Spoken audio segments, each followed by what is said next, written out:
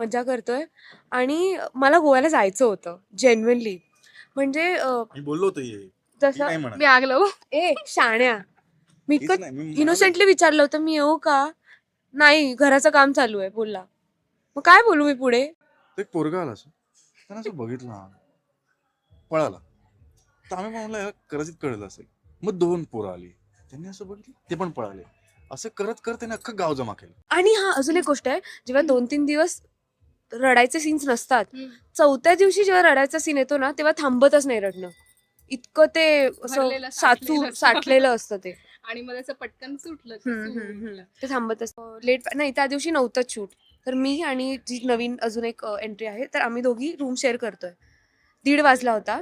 आम्ही गाणी ऐकत होतो टीव्हीवर आणि कोणीतरी असं असं धाड धाड धाड असा दार वाजवला.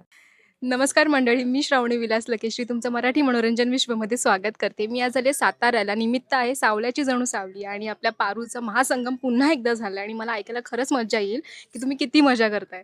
खूप मजा करतोय आम्ही. पिकनिकला आलोय. हो, तुम्ही पिकनिकला आलायत, बट स्टील आता कसं झालं, मी असं ऐकलं की हा गोवा टू सातारा अशी काहीतरी ट्रिप करून आलाय आणि आता ऐकायचंय की हिला घेऊन नाही गेलायस. तू किती मजा केलीस की फक्त काम केलंयस? नाही का म्हणजे मजा केलीच मी पण गोव्याला माझं घर आहे. सो तिकडे घरी गेल्यावर काय आपण असं जास्त फिरायला नाही जाऊ शकत आणि एका वर्षानंतर मी गेलो होतो. सो त्यामुळे आईबाबांना वेळ देणं मग कुलदेवताला जाऊन येणं या सगळ्या गोष्टी होत्या. त्यात माझ्या घराचं काम चालू आहे. सो ते सगळं काम बघितलं हे ते सो कामातच होतं बऱ्यापैकी मी. 2 दिवस कसे गेले माहिती नाही. जरासा चेंज मला मिळाला.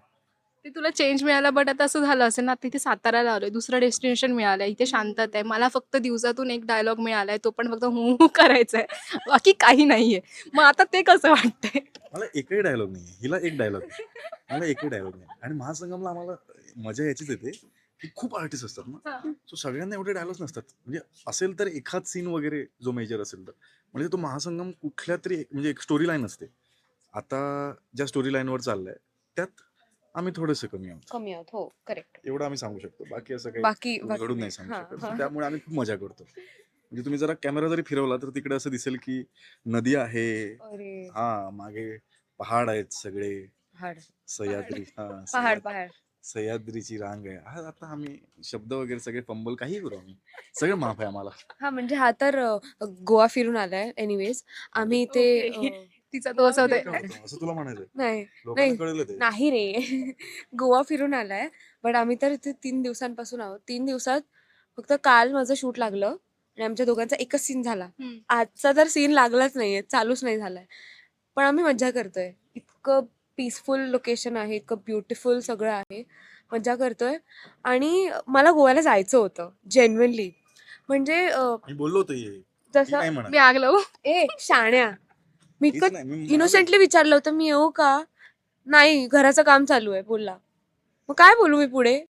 की असं. तो बिचारा असं म्हणत असेल की नको, मी एका कोपऱ्यात झोपणार आहे, तुला कुठे राहायला जागा देऊ. मयूर आणि मी गेलो. आम्ही पोरं आहोत तर आम्ही कुठेही राहू शकतो ना. सगळं फोडून ठेवलं. अख्खं घर फोडून ठेवलंय. आई बाबा पण एका खोलीत असणं कोपऱ्यात म्हणजे तो असा बेड आणि तेवढंच सामान एवढंच ठेवलं. सो त्यामुळे म्हणजे जेव्हा मला कळलं की मला सुट्टी मिळते मी गोव्याला चाललोय, डोक्यात माझ्या आणि मयूरच्या हाच विषय आला की हिला सांगितल्यावर काय होईल किंवा हिला कळल्यावर काय होईल. काय एवढी आणि रुसते? आणि तेच झालं. आम्ही असं गेलो. म्हटलं प्राप्ती आम्ही गोव्याला चाललोय. छे. कसं जाणार तुम्ही? साताऱ्याला जायचंय. म्हणलं 2 दिवस आहे ना. आम्ही गोव्याला जाणार आहे ना.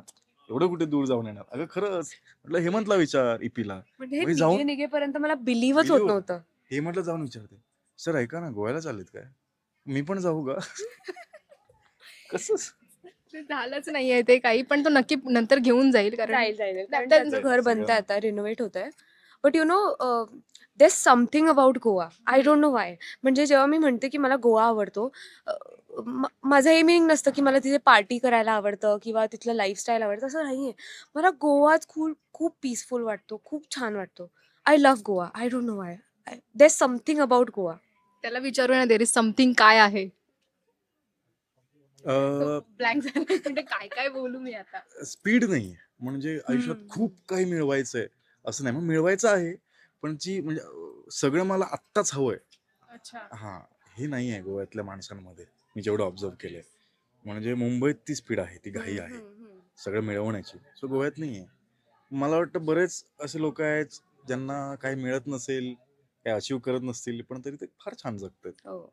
ऍक्च्युली तू बरोबर बोलला. स्पीड म्हटलं ना की गावात आल्यावर ते काहीतरी वेगळं जाणवतं. ते प्रत्येकाच्याच गावी जाणवतं. Correct. ते इथे आल्यावर पण ना आपापले लोक जगतायत. इथे फक्त शूट सुरू आहे की नाही, आता संपवायचे, स्केड्यूल संपवायचे, डे लाईट जाईल असं काहीतरी. पण बाकीच्यांच्या फोटो काढून द्याल का, हे काहीतरी इनोसन्स वेगळं आहे त्यांच्यामध्ये. ते किती छान वाटते तुम्हाला की प्रेक्षक येऊन स्वतः भेटतायत आणि ते बोलतात आम्ही तुमची सिरियल बघतो हो, आणि तुम्ही आम्हाला आमच्याच घरातले वाटता. ते काय वाटतं? आता सिरियल बद्दल ऑनेस्टली हा फिरून आलाय, तर ह्याच्याकडे जास्त व्ह्यूज आहेत हा लोकांचे. म्हणजे मी म्हणजे सिरियल सुरू झाल्यानंतर पहिल्यांदा मी गोव्याला गेलो, तर गोव्यातले बरेच लोक ही सिरियल बघतात आणि मला खूप आनंद झाला. म्हणजे ऑफकोर्स तो होणारच ना, म्हणजे महाराष्ट्रात मी काम करतो, महाराष्ट्राने मला जगवलंय, मला माझ्या आयुष्याची वाट दाखवली आहे, सगळं आहे, सगळं या महाराष्ट्राने मला दिलं. पण शेवटी मातृभूमी गोवा आहे आणि गोव्यातली माणसं, माझ्या मातृभूमीवरची माणसं जेव्हा मला कौतुक करतात कामाचं किंवा ते जेव्हा माझं काम बघतात, तेव्हा ते समाधान मिळतं तुम्हाला. Correct. सो ह्या वेळेला खूप लोक म्हणजे स्वतःहून येऊन भेटली. हम्म. जिथे जिथे मी फिरलो, अक्षरशः एक म्हणजे आम्ही मध्ये येत होतो तर रस्त्याचं काम चालू होतं आणि ते डांबर टाकत होते, म्हणून आम्ही थांबलो तिकडे. सो ते म्हणाले एक अर्धा तास थांबावं लागेल तुम्हाला, डांबर टाकतो, गाडी नाही जाऊ शकत. आम्ही थांबलो बाजूला, तर एक पोरगा आला असं, त्यानं असं बघितलं, हा पळाला. तर आम्ही म्हणलं याला कदाचित कळलं असेल. मग 2 पोरं आली, त्यांनी असं बघितलं, ते पण पळाले. असं करत करत त्याने अख्खं गाव जमा केलं. प्रत्येकाला फोटोज मिळाले असतील. सगळ्यांना फोटो मिळाले. सो असं हे आहे आणि झी मराठीमुळे आहे.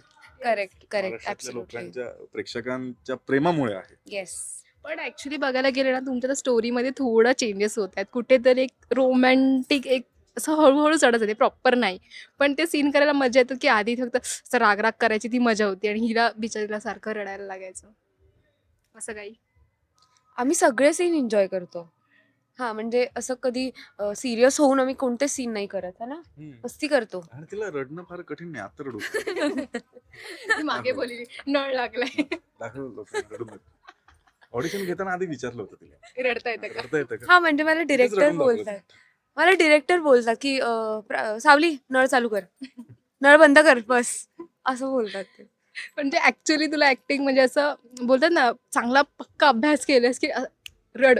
बेसिक आहे तिच्यासाठी असं रडणं बिडणं, नाही. इमोशन्स, रडणं हसणं बेसिक आहे. आता त्याच्या पलीकडे तिचं गप रे. अभिनयाच्या काही पलीकडे. काही नाही, मी खरंच ऑनेस्टली अभ्यास वगैरे नाही केलाय, बट काय माहितीये कसं येतं मला रडायला. येतं आता काय. येतं. आणि हा अजून एक गोष्ट आहे, जेव्हा 2-3 दिवस रडायचे सीन्स नसतात, चौथ्या दिवशी जेव्हा रडायचा सीन येतो ना, तेव्हा थांबतच नाही रडणं. इतकं ते भरलेलं, असं साठलेलं साठलेलं असतं ते. आणि मला असं पटकन सुटलं की सुटलं. ते थांबतच नाही. ऍक्च्युली आता मदर्स डे येतो. ऍक्च्युली उद्याच मदर्स डे आहे. तर सेटवरची आई कोण आहे तुमच्या?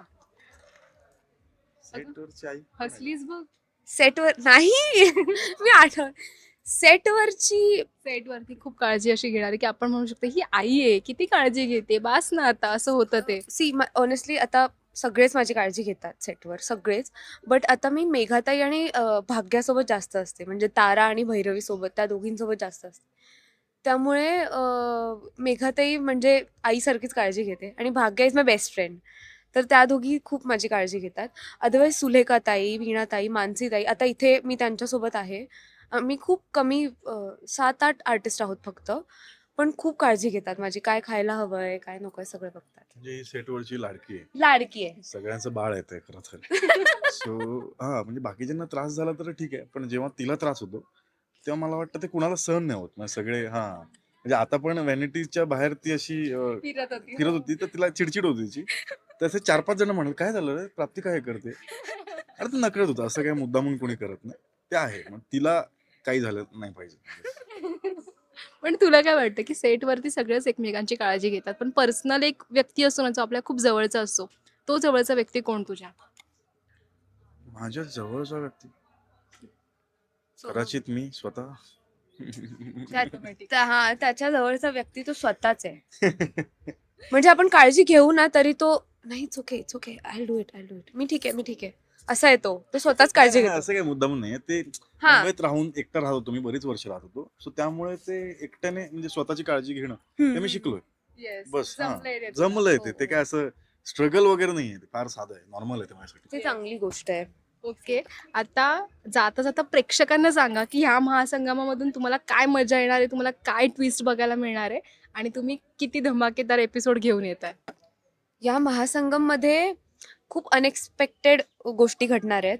कारण आम्ही दोघेच खूप म्हणजे आमचा दोघांचा असा ट्रॅक नाही आहे. यावेळेस वेगळ्या कोणाचा तरी ट्रॅक आहे आणि तो खूप इंटरेस्टिंग आहे. पण सावली आहेच म्हणजे आम्ही दोघंही आहोत. आम्ही दोघेही आहोत. हो, हा, पण विषय वेगळा आहे. पारू आदित्य पण आहेत. हा, विषय वेगळा आहे आणि नवीन एंट्री पण होणार आहे कोणाची तरी. हा, खूप इम्पॉर्टंट important आहे आणि कमाल खूप आहे. इम्पॉर्टंट आणि माय फेवरेट. तर त्यांची एंट्री Favorite. होणार आहे. हा, तर खूप मज्जा येणार आहे. धम्माल धम्माल मस्त आहे. मजा येणार. हा, मला वाटतं हा महासंगम बघून मजा येईलच, पण हा इंटरव्ह्यू बघून पण तुम्हाला मजा येईल. कारण ते आता ऐकू येणार आहे की बाबा किती दोघांमध्ये एकदम बॉन्ड छान आहे आणि एकमेकांची किती खेचतात आणि मजा करतात. नुसतेच मी सिरियल नाही माझे मी खूप नाही असतात गं. जा रे. मी म्हणजे ओय आता असं- शपथ. मी काय? आता असं वाटायला लागलं मी वयस्कर झालोय.